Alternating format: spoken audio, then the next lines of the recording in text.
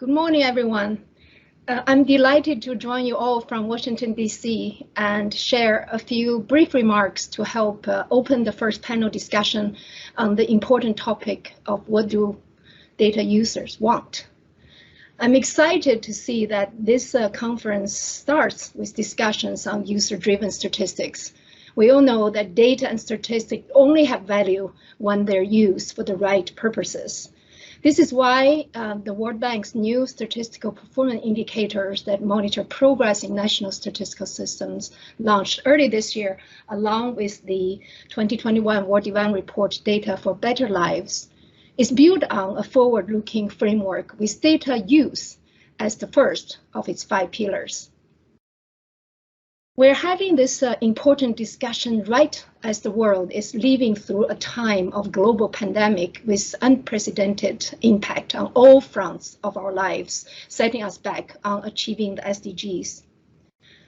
But amongst all the many uncertainties, one thing the ongoing crisis has made very clear is that data are an integral part of our response, recovery, and rebuilding effort.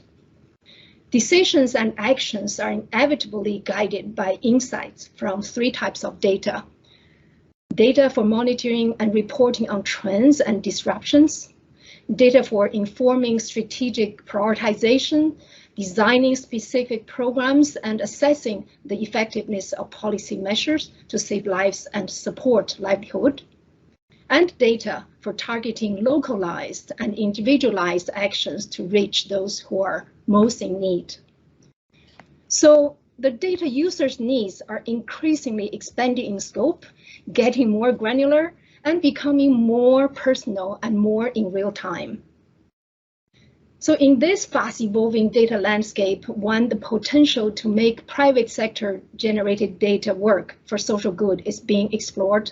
There's no doubt that public intent data produced by official statistical community remain the bedrock of any national data and statistical systems. So when I think about what user-driven statistics means in the current context, 3 considerations immediately came to my mind, which are challenges I believe will continue to anchor how we transform and improve the way we do official statistics in response to what users want. First, preserving trust while balancing quality and speed. Responsible users are seeking data and statistics they could trust. The value and impact of official statistics hinges upon the trust they could inspire in users. The credibility of statistics is based on its quality and adherence to the fundamental principles of official statistics. In a world that is inundated with information and fake news, trusted official statistics must serve as the guiding light. Of course, quality assurance is usually a time-consuming endeavor, and official statistics often comes out with a significant time lag. Policy decisions may therefore be driven by anecdotal evidence that is available at the spur of the moment, especially if decisions need to be made quickly. So as users increasingly want their data to be on demand and actionable, we must learn to break the tension between quality and speed. This will require us to modernize our systems and practices. It also demands an open mind and new capacity to innovate. It is really heartening to see that many NSOs have worked hard this last year, overcoming the disruptions caused by the lockdowns and adopting quickly mobile and web surveys, for example, to produce rapid assessment of the socio-economic impact of the pandemic. This is the hope that we have that how we can move forward with great stride. Second, enhancing data value through increased accessibility and usability. Modern data users want access to the right data at the right time in the right form. We therefore must promote the use of data by improving their usability, discoverability, and accessibility. The 2021 World Development Report rightfully pointed out that in a data-deprived environment, international assistance provided to statistics and data system in low-income countries has in the past focused mainly on production of data.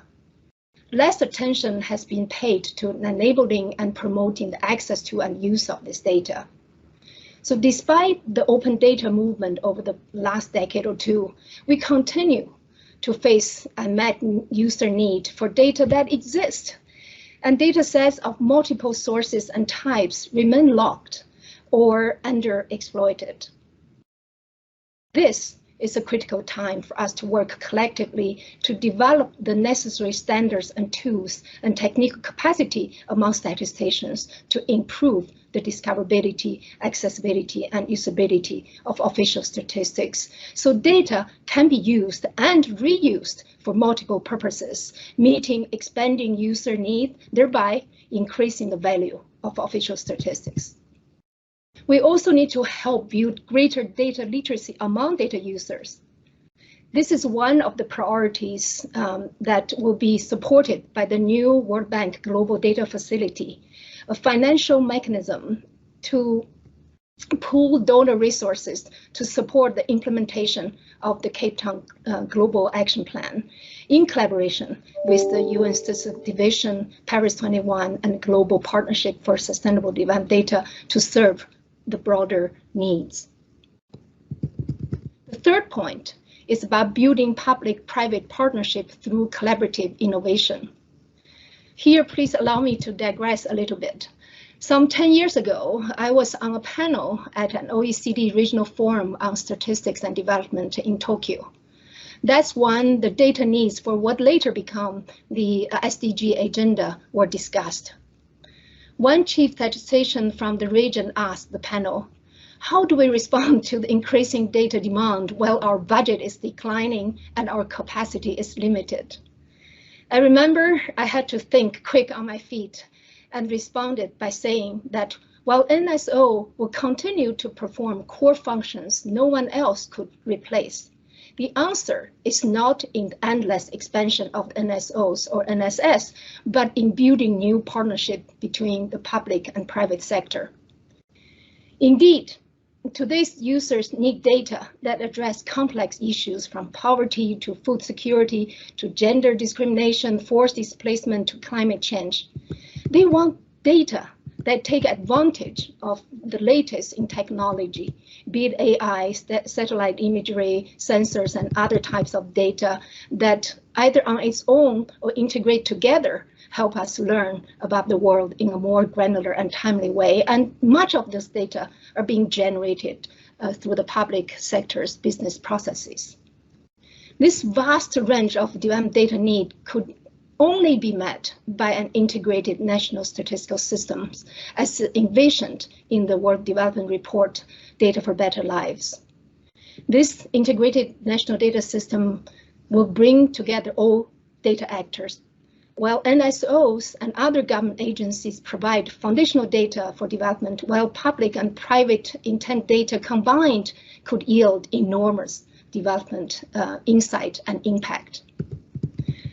Actually, knowingly or unknowingly, we are all moving towards such an integrated data system while finding our way through the exciting opportunities and daunting risks.